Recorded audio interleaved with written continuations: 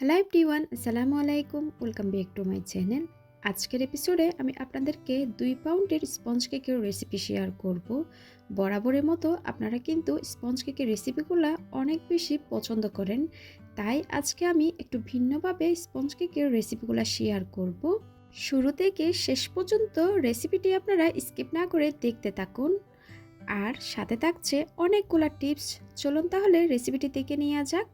আমি প্রথমে শুকনো উপকরণগুলো ছেলে নিব। তার জন্য একটা ছাঁকনিতে আমি হাফ কাপ করে 2বার করে ময়দা দিয়ে দিয়েছি।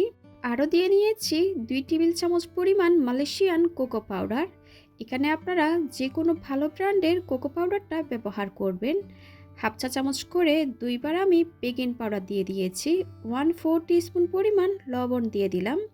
এবার শুকনো উপকরণগুলো খুব ভালো মতো করে চেলে নিচ্ছি। ছেলে নেওয়া হয়ে গেলে একটা স্প্যাচুলার সাহায্যে আমি খুব ভালো মতো করে মিশিয়ে নিচ্ছি। এটা কিন্তু খুবই ইম্পর্ট্যান্ট। আপনারা অবশ্যই চেষ্টা করবেন শুকনো উপকরণগুলো 2 থেকে 3বার করে ছেলে নেওয়ার, এতে করে কেকের বেসটা অনেক বেশি সফট হয়ে থাকে। এবার শুকনো উপকরণটা আমি একপাশে ঢেকে রেখে দেব। অন্য একটা পাত্রে আমি রুমের স্বাভাবিক তাপমাত্রায় 4টা ডিম নিয়ে নিয়েছি। ডিমের সাদা অংশ আর কুসুমটাকে আলাদা করে নিয়েছি। একটু করে বিট করে ডিমের ফোমটাকে আমি ফ্লাফি করে নিয়েছি। এবার দিয়ে নিলাম 1/3 কাপ পরিমাণ চিনি, যেটা আমরা রেগুলার চিনি খাই। আপনারা চাইলে এখানে মোটা দানার বা চিকন দানার চিনিটাই ব্যবহার করতে পারেন।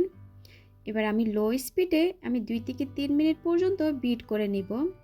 আর শুরু থেকে শেষ অবধি পর্যন্ত লো স্পিডে দিয়ে আমি বিট করে নিব। এতে করে চিনি দানাটা সম্পূর্ণ গলে যাবে। আর এই স্পঞ্জ কেকটি আপনারা ফ্রস্টিং করলে 2 পাউন্ডের একটা কেক হবে। আমার চ্যানেলে কিন্তু অনেকগুলা কেকের রেসিপি আছে, চাইলে আপনারা সেখান থেকে আপনাদের পছন্দ অনুযায়ী যে কোনো কেকের রেসিপি দেখে নিতে পারেন।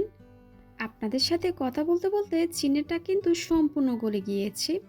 এবার আবারও আমি বিটারটা অফ করে 1/3 কাপ পরিমাণ চিনি দিয়ে দিচ্ছি। চিনিটাকে আমি একবারে না দিয়ে 2 থেকে 3 ধাপে অ্যাড করছি, এতে করে চিনিটা কিন্তু খুব ভালো মতো করে মেল্ট হয়ে যাবে।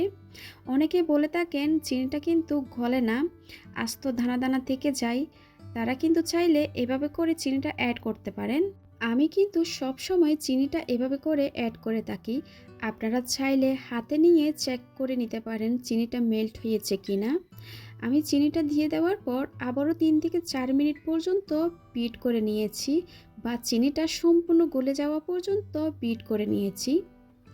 চিনিটা সম্পূর্ণ গলে যাওয়ার পর বিটারটা অফ করে আমি কুসুমটা দিয়ে দিলাম। আরও দিয়ে দিব 2 টেবিল চামচ পরিমাণ রান্নার রেগুলার তেল। আপনারা চাইলে গলানো বাটারও দিতে পারেন। 1 চা চামচ পরিমাণ ভ্যানিলা এসেন্স দিয়ে দিচ্ছি। আপনারা চাইলে ভ্যানিলা এসেন্সের পরিবর্তে চকলেট ইমালশন বা এসেন্স দিতে পারেন। আবারও বিট করে নিব 10 থেকে 15 সেকেন্ড পর্যন্ত। এ পর্যায়ে কিন্তু ওভারবিট করা যাবে না। ওভারবিট করলে কিন্তু ডিমের ফোমটা বসে যাবে। এবার বিটারটা আমি সরিয়ে নিব। আগে থেকে চেলে রাখা শুকনো উপকরণগুলো আমি আরেকবার চেলে নিব। অল্প পরিমাণ শুকনো উপকরণ দিয়ে একটা বিটারের কাটার সাহায্যে আমি আলতো হাতে ফোল্ড করে করে মিশিয়ে নিচ্ছি। আপনারা কিন্তু এই শুকনো উপকরণ মেশানোর ক্ষেত্রে কিন্তু তাড়াহুড়া করবেন না, খুব আলতো হাতে ফোল্ড করে করে মেশাবেন। এ পর্যায়ে ওভেনটা আমি প্রিহিট করতে দিয়ে দিব 160 ডিগ্রিতে 10 মিনিটের জন্য। আপনারা চাইলে চুলায়ও বেক করতে পারেন। আমার চ্যানেলে কিন্তু অনেকগুলো রেসিপি আছে চুলায় কিভাবে বেক করবেন, চাইলে সেখান থেকেও দেখে নিতে পারেন। প্রথম ধাপে শুকনো উপকরণগুলো খুব ভালো মতো মিশে যাওয়ার পর আমি দ্বিতীয় ধাপে শুকনো উপকরণগুলো মিশিয়ে নিয়েছি। চকলেট কেকের বেস কিন্তু খুব তাড়াতাড়ি করে বসে যায়।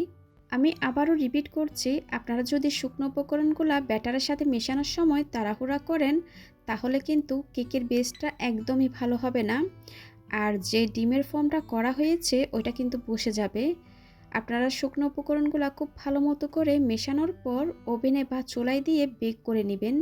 আপনারা কিন্তু এভাবে করে রেখে দিবেন না, এতে করে কেকের ব্যাটারটা কিন্তু বসে যাবে। দেখুন ব্যাটারের ঘনত্ব কীরকম হবে, আমি স্প্যাচুলার সাহায্যে দেখিয়ে দিচ্ছি। এবার 8 ইঞ্চি একটা মোল্ড নিয়ে নিলাম। মোল্ডে আমি একটা লিকালিকির কাগজ বসিয়ে সম্পূর্ণ ব্যাটারটা আমি উপর থেকে ঢেলে দিচ্ছি। যেরকম আপনারা ঠিক স্ক্রিনে দেখতে পাচ্ছেন। এবার জোরে জোরে একটু ট্যাপ করে ওভেনে বেক করে নিব 30 মিনিটের জন্য। 30 মিনিট পর আমি কেকটাকে ওভেন থেকে বের করে ঠান্ডা করে নিয়েছি। পুরোপুরি ঠান্ডা হয়ে যাওয়ার পর মোল্ড থেকে ছাড়িয়ে নেবেন। গরম থাকা অবস্থায় কিন্তু মোল্ড থেকে ছাড়াতে যাবেন না, এতে করে কেকটা অনেক বেশি সফট থাকে, ভেঙে যাওয়ার সম্ভাবনা থাকবে।